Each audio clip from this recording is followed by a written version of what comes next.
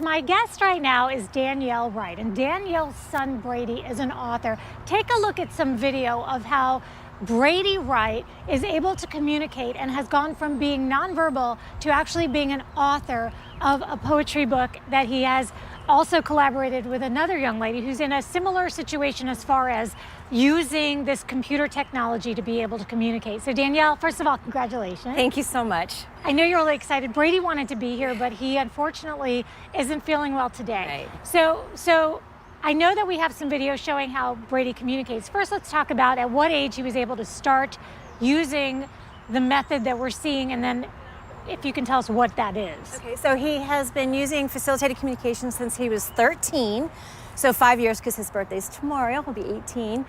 And it was just amazing that we found this amazing young man locked inside of a body that would not listen to his brain. And once we were able to learn how to communicate with him through facilitated communication, which is what they do is they use reverse resistance, I guess is the best way to describe it, to calm his hand and calm his movement so he can actually touch the letters himself. And he speaks each word letter by letter to form his sentences, and it's just amazing what we have